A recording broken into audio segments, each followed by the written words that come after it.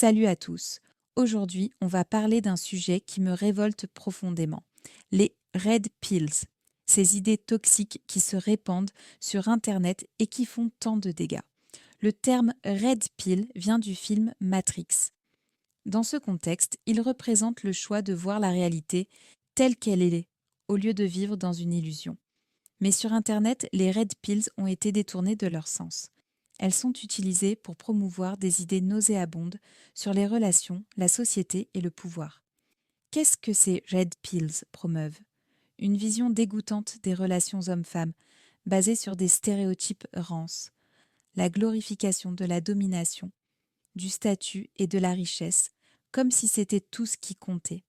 Une attaque vicieuse contre le féminisme et les normes sociales, comme si l'égalité était un problème.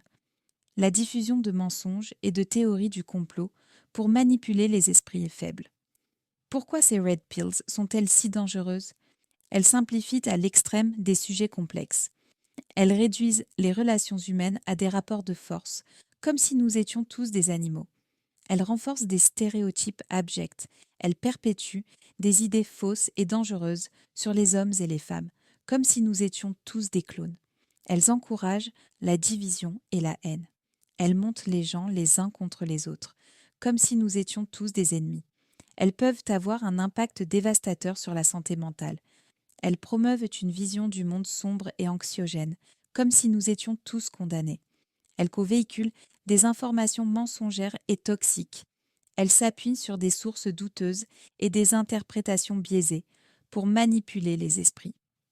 Comment se protéger de ces idées répugnantes? Développez votre esprit critique.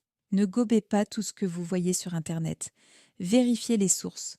Ne vous fiez pas aux ragots et aux mensonges. Échangez avec des personnes de confiance. Ne restez pas seul avec vos doutes. Prenez du recul. Ne vous laissez pas emporter par la colère et la haine. N'oubliez jamais que vous avez le droit de penser par vous-même.